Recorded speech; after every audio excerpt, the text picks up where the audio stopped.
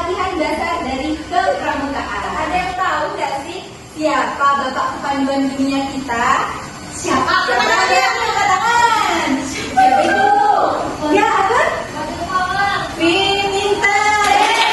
Golden Ball ini sendiri punya nama asli, nama kecil. Namanya yaitu Lord Robert Stephenson Smith. Betul sekali.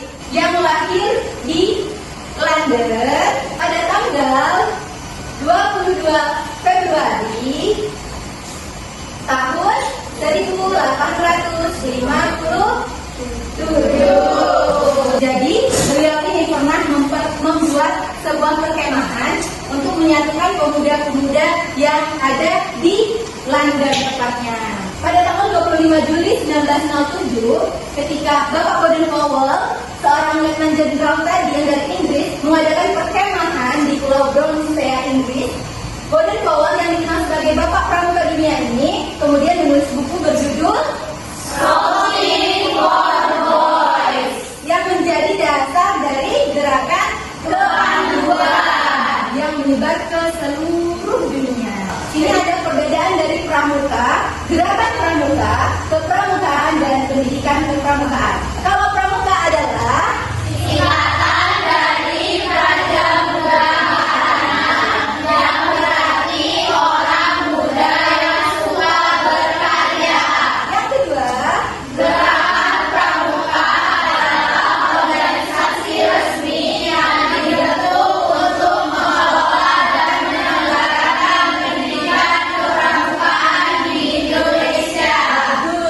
Dan pendidikan kepramukaan itu sendiri adalah pembentukan kepribadian, kecakapan hidup, dan akhlak mulia melalui penghayatan dan pemahaman nilai-nilai kepramukaan dalam kegiatan yang menarik, menyenangkan, sehat, dan terarah. Secara keseluruhan, kepramukaan adalah segala aspek atau kegiatan yang berkaitan dengan pramuka atau dengan orang-orang yang berkarya ini tadi, termasuk nilai-nilai, metode, program, dan aktivitas yang ada dalam kepramukaan. Oke, untuk selanjutnya di sini akan dijelaskan oleh Kak Disa. Silakan Kak. Jadi adik-adik, ada 9 prinsip dasar kepramukaan dan metode kepramukaan. Yang pertama apa? Pramuka. Lalu yang kedua ada taat pada kode kehormatan. Yang ketiga belajar sambil melakukan. Jadi kita nggak cuma belajar teori, tapi kita juga praktik. Bagaimana sih caranya? Yang keempat, sistem berlaku dalam pramuka. 5 adalah satuan terpisah dalam pramuka. Yang keenam, menarik, menantang, dan progresif. Yang ketujuh, sistem pandang kecakapan dalam gerakan pramuka. Yang kedelapan, keterlibatan anggota dewasa. Kemudian yang terakhir ada betul sekali. Selanjutnya adalah kurikulum pendidikan kepramukaan. Jadi di pramuka, di kepramukaan itu ada yang namanya SKU, SKK, dan SPG. SKU itu adalah syarat-syarat kecakapan umum. Kan di setiap tingkatan itu, di setiap ada penggalang, penegak, dan piagam SD, itu pasti ada tingkatan juga kan? Nah, untuk mengambil tingkatan itu, kita harus mempelajari, menyelesaikan SKU-nya atau syarat kecakapan umum. Nah, setelah kita menyelesaikan SKU ini, kita akan mendapatkan TKU atau tanda kecakapan umum. Selanjutnya SKK. SKK ini adalah kalau yang SKU itu syarat kecakapan umum, SKK merupakan syarat kecakapan khusus. Itu juga merupakan syarat lembaran-lembaran untuk kita menyelesaikan syarat kecakapan umum. Dan setelah kita menyelesaikan syarat kecakapan umum ini, kita akan mendapatkan yang namanya tanda kecakapan khusus. Yang terakhir, kurikulum pendidikan kepramukaan itu ada yang namanya SPG dan PPG. SPG itu adalah syarat pramuka Garuda. Jadi untuk mendapatkan syarat pramuka Garuda ini adalah di tingkatan terakhir di setiap jenjangnya. Nah, selanjutnya adalah hubungan gerakan pramuka dengan pembelajaran deep learning. Jadi, di pramuka ini kan kita bukan hanya materi saja, tapi kita ada apa tadi? Di alam permukaan dan praktik secara langsung. Jadi di sini kita mengetahui cara-cara berpramuka yang baik dan benar, dan dalam pramuka ini bisa menerapkan metode belajar berbasis pengalaman nyata. Contohnya seperti yang tadi ya, kita langsung praktik di lapangan. Jadi pramuka itu ada 4 tingkatan. Yang pertama itu siaga, yang berusia 7 sampai 10 tahun. Jenjang apa? Yang kedua adalah penggerak 11 sampai 15 tahun. Jenjang yang ketiga penegak usia dari 16 sampai 20 tahun, yaitu terakhir adalah pandega yang berusia 21 sampai 25 tahun. Selanjutnya kita akan mempelajari teknik dan keterampilan kepramukaan. Keterampilan kepramukaan adalah catatan umum yang ataupun khusus yang wajib dimiliki oleh seorang pramuka. Apa aja? Ada spiritual. Jadi kita harus bertakwa kepada Tuhan Yang Maha Esa.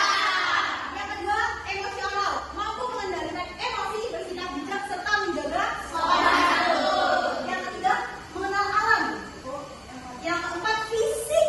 Yang terakhir itu adalah membaca isyarat dan sandi. Jadi kita akan belajar mengenai sandi. Yang pertama, sandi AM. Kita menggunakan abjad dari A, B, C sampai M. Kemudian karena sandi AN, maka yang N itu kembali kepada A dan seterusnya. Jadi pula sebaliknya, selanjutnya ada sandi A dan sandi A itu jauh beda sama sandi AN. Sandi kotak isi. Jadi teman-teman, kenapa A bentuknya seperti ini? Sesuai sama yang di sini, dia hanya begini, hanya membentuk siku-siku ke dalam. Kemudian di sini tidak ada titiknya kan? Tidak. Maka di sini juga ada titik. Maka di sini juga tidak ada titiknya. Kemudian B, di sini ada titik. Berarti ini seperti ini, kemudian ada titiknya. Dan seterusnya. Ada sandi snowboard ini seru banget. Kita akan praktek ke lapangan langsung dan kita akan belajar tali teman. Oke, sekarang adik-adik kita akan praktik di lapangan. Yang pertama tadi apa yang akan kita praktikkan? Sandi snowboard. Jadi teman-teman,